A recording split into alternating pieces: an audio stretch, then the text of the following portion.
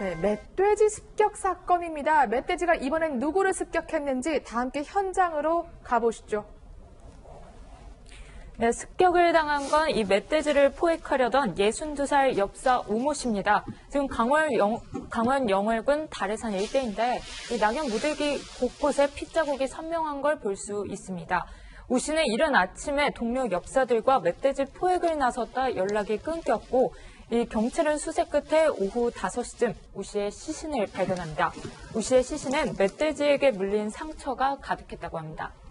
그러니까 멧돼지 포획하러 나섰다가 현재 멧돼지에게 오히려 변을 당하신 거군요. 네, 맞습니다. 이날 멧돼지 포획에는 3명이 함께 나갔습니다. 세 사람이 함께 나갔는데 각각 포획을 하기 위해서 이제 다녔던 곳이 달랐던 거예요. 하지만 3인 1조였기 때문에 무전기를 가지고 다니면서 무전기로는 서로 연락을 했는데 이 피해자 같은 경우에 무전기로 갑자기 연락이 안 되고 또 휴대폰으로도 연락을 해서 연락이 안 되는 거예요. 근데 이분께서 이 어머니도 연락하시고 아내도 좀 몸이 안 좋아서 집에 먼저 갔나 보다 이렇게 생각을 했는데 집에 가서도 없고 보통은 총을 가지고 나올 때 경찰서 아니면 파출소에 신고를 하고 가지고 나왔다가 다시 입고를 해야 되는데 확인해 봤더니 총도 입고가 안 된 거예요. 그래서 실종 신고를 했고 이렇게 변을 당한 것을 알게 된 겁니다. 네. 결국 경찰이 위치 추적을 통해서 고인을 발견합니다. 그런데 아주 그 모습이 참혹했다고 합니다. 총이 격발이 안 되니까 머리세 다시 하면서 돼지한테 다친 것 같아요. 돼지가 양쪽 다리 다 물어뜯고 옷도 막 다 찢어놓고 총으로는 막 휘둘른 거 맞아. 살라고 막 밀리면서 등치가 있으니까 당황하면 땡기지는 못. 이 사람이 안 움직인다니까.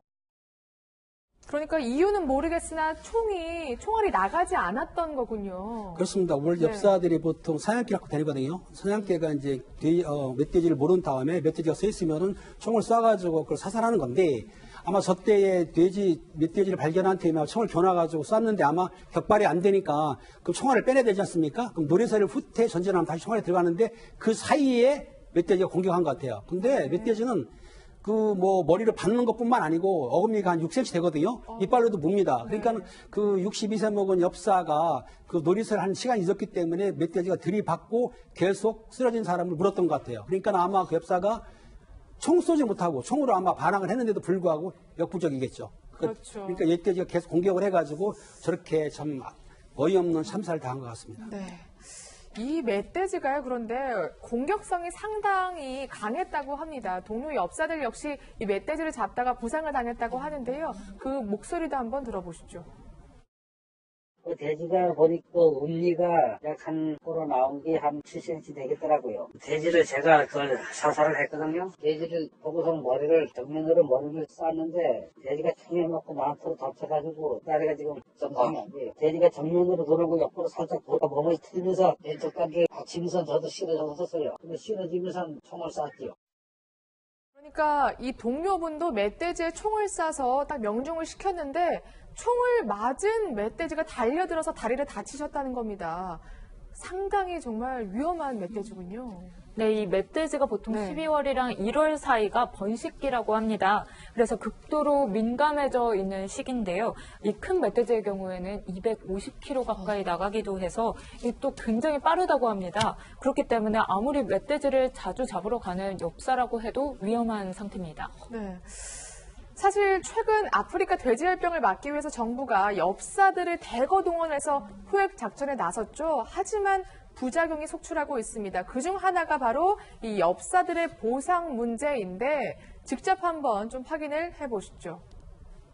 거기서 그 3명이 가서 돼지 한 마리 잡아보야 1인당 18만 원씩 돌아가는데 그거 가지고 뭔 일당이 되겠어요.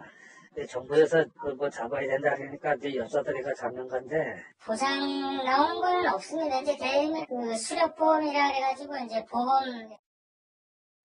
그러니까 엽사분들이 지금 호소를 하시는 게 이렇게 생명을 내걸어서까지 이렇게 의무감에 멧돼지를 포획하고 있는데 정작 죽거나 다치면 보상금을 받을 수가 없다고요. 예, 이게 좀 연역적인 문제가 있는데요. 네. 사실은 우리는 엽사 포수는 따로 있지만 기본적으로 과거에 아주 이제 19세기 말 20세기 초에까지는 양반들이 취미로 이렇게 수렵 활동을 했어요. 사냥을. 네. 지금 영국 귀족들이 뭐 여우 사냥하는 것처럼 그래서 우리나라 재벌들도 최근 한 1960년대, 70년대까지도 내륙 지방 가서 이렇게 골짜기 막아놓고 사냥하고 뭐 이랬었거든요. 그러니까 환경부에서 이걸 관할을 하는데 기본적으로 이 수렵 활동이 취미 활동이고 약간 그것도 고급스러운 취미 활동이라고 생각을 하는 거예요. 이중적이죠. 네. 그렇게 하는 사람들도 있고 아니면 이 지금 동원된 엽사들처럼 이런 분들도 있는 거예요. 그리고 과거에도 보면 양반은 그렇게 사냥을 하고 또 호랑이 사냥하는 포수 있죠. 네. 그 사람들은 나라에 동원돼서 포수 활동을 하다가